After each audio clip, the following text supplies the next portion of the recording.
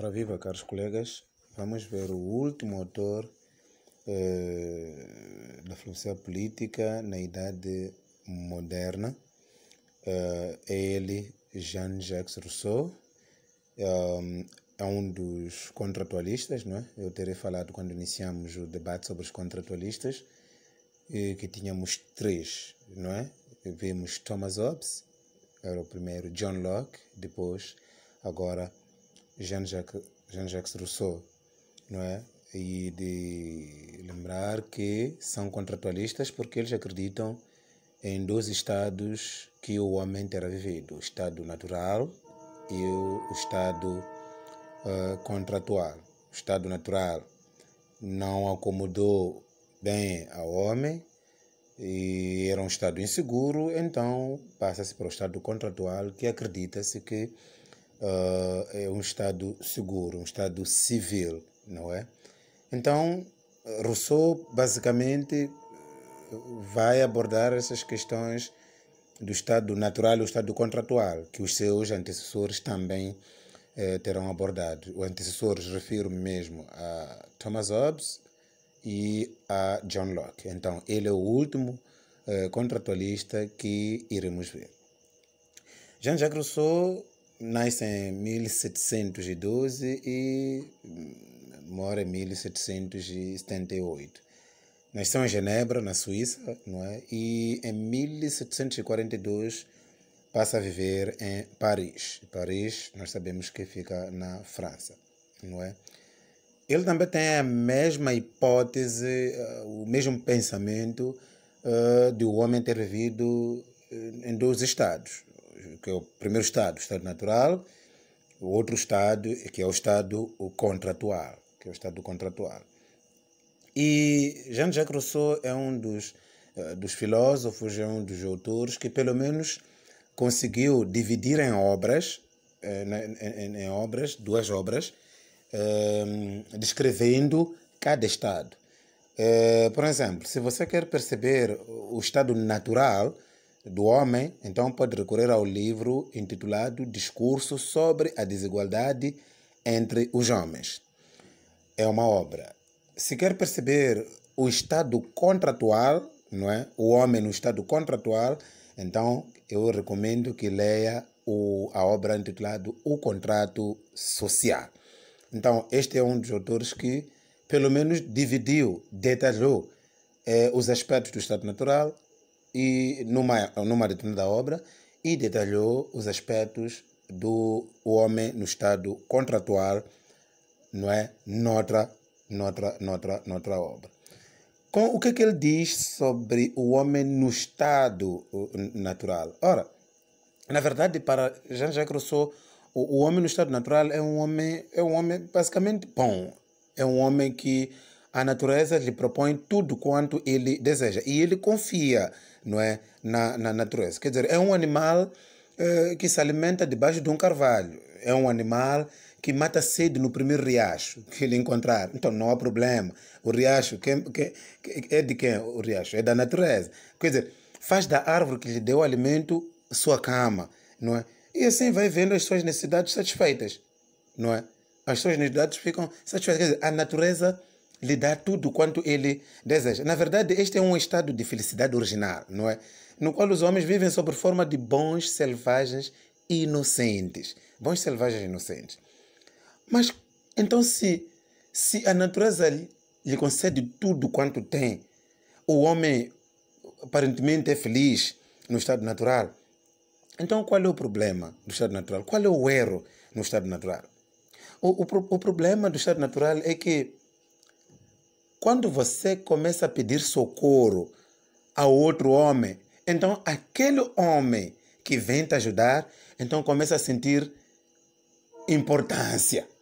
Quer dizer, eu, afinal de contas, aquele homem não vive sem eu existir. Quer dizer que um dia, afinal de contas, ele pode pedir ajuda a mim.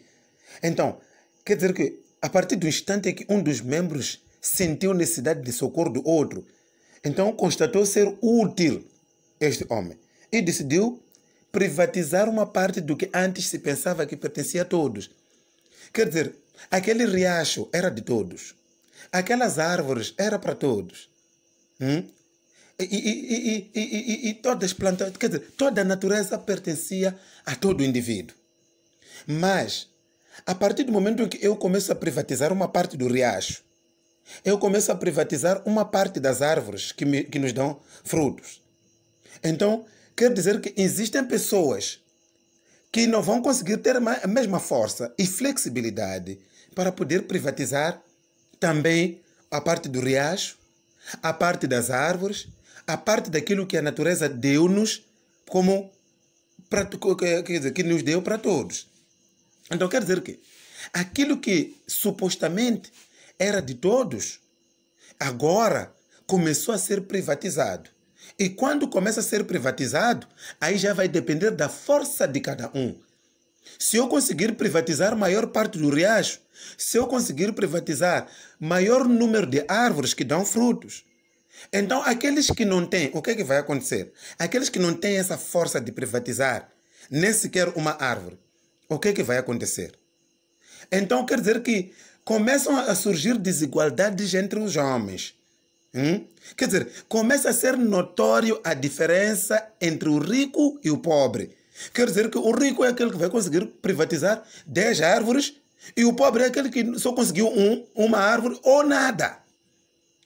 Quer dizer, começa a existir essa desigualdade entre os homens. Começamos a notar aqui uma diferenciação entre o rico e o pobre. Quer dizer, o poderoso e o fraco. O senhor e o escravo. É daí onde começa a escravatura.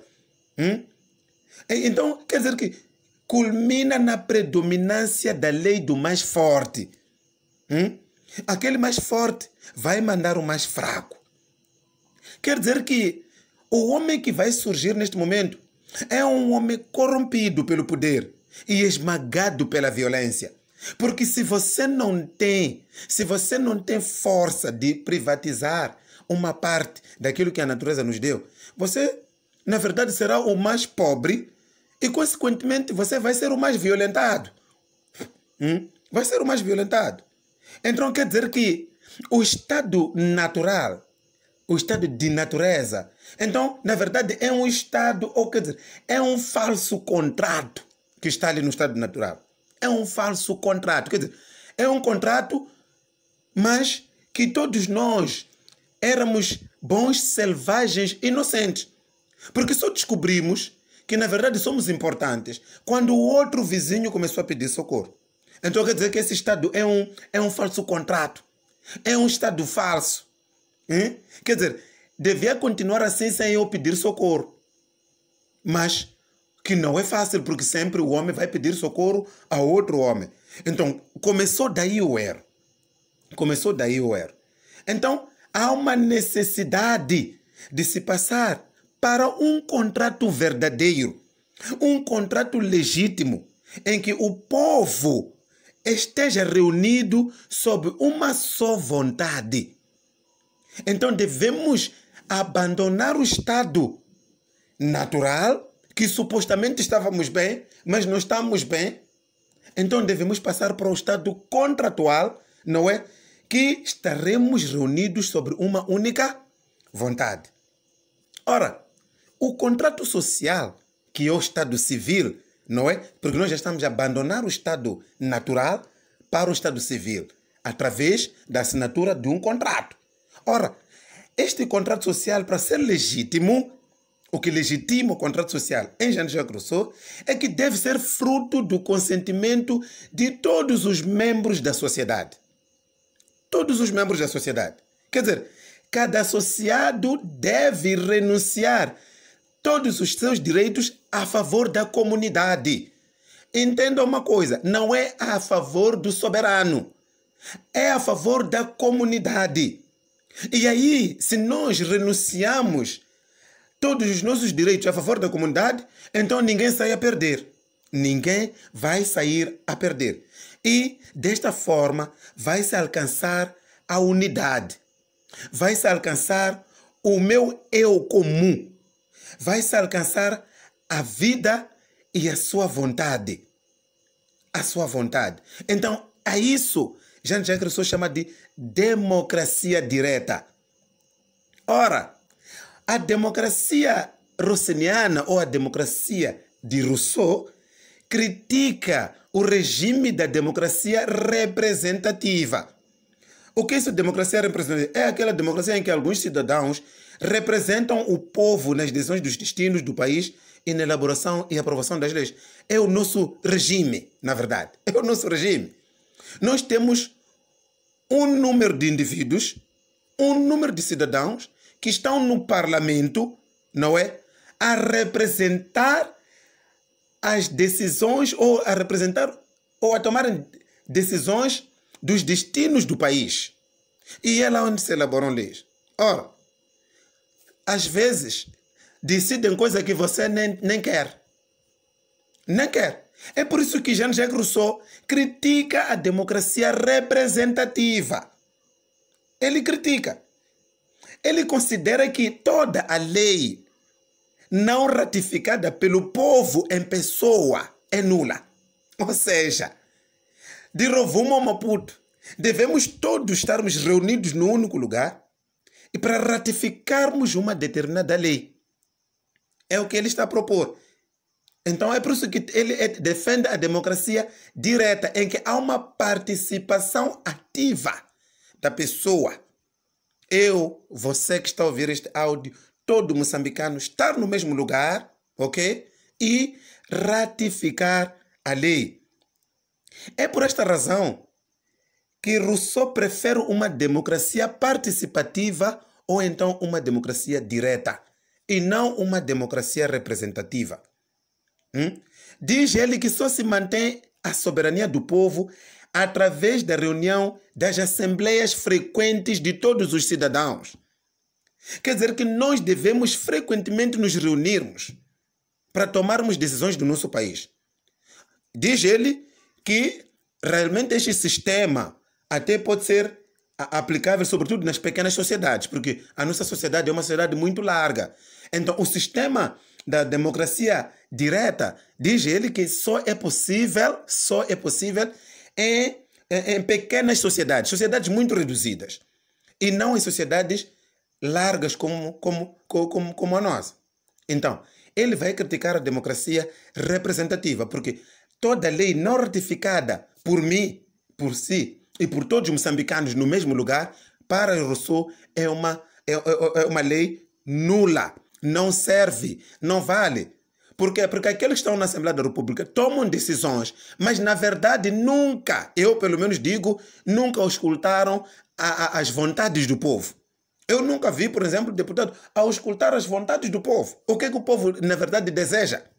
Na verdade, quer dizer que decidem ou tomam decisões das suas vontades. Estão a ver essa crítica de Jean-Jacques Rousseau? Para não falar muito, não é para não darem uma crítica, eu quero agradecer o vosso tempo disponibilizado aqui para escutarem Jean-Jacques Rousseau, mas é um autor fácil de perceber. Foi um resumo, não é? Eu não podia trazer tudo que vem na obra Discurso sobre a Desigualdade entre os Homens, nem podia trazer tudo que vem no Contrato Social. Na verdade, foi um resumo sobre o que ele entende sobre o Estado Natural e o que ele acha como necessidade para se passar para o Estado contratual.